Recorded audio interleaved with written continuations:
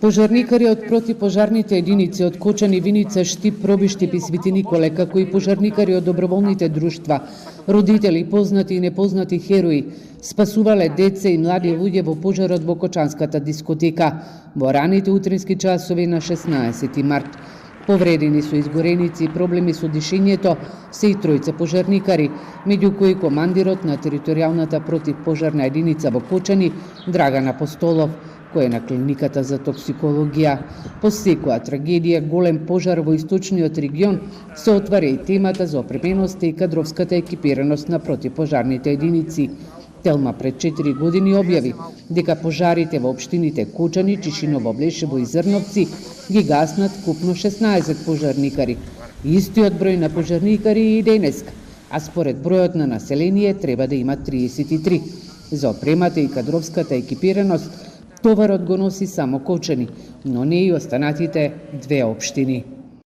Практично работиме со 45% од предвидениот законски правилник за пожарникарство. Односно, еден човек работи за 2 работни места, а просечната старост на пожарникарите е 48 години.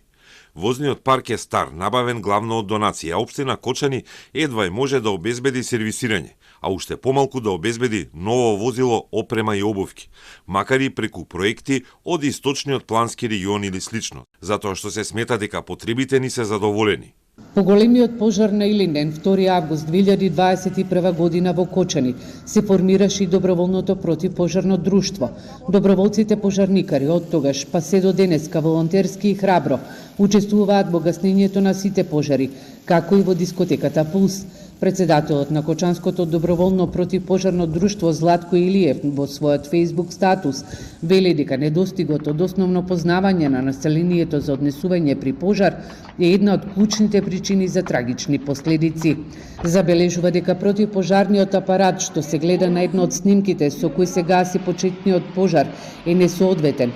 Наменет е за гасење оган кај електрични уреди под напон, а не од таков вид каков што беше во дискотеката Пулс. Ако тој апарат беше со прав, во најмала рака ќе го забавеше ширењето на пожарот и ќе дадеше многу повеќе време за евакуација на младите. Од друга страна, присутните во дискотеката во првиот момент не ја сваќаат сериозно опасноста и наместо да се упатуваат кон излезот, тие снимаат со мобилните телефони.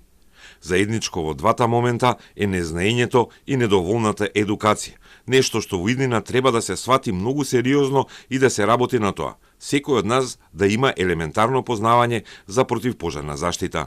Илиев потенцира елементарните непогоди, никој не може да ги предвиди, но наша обврска е да ги пречекаме спремни и да знаеме како да реагираме.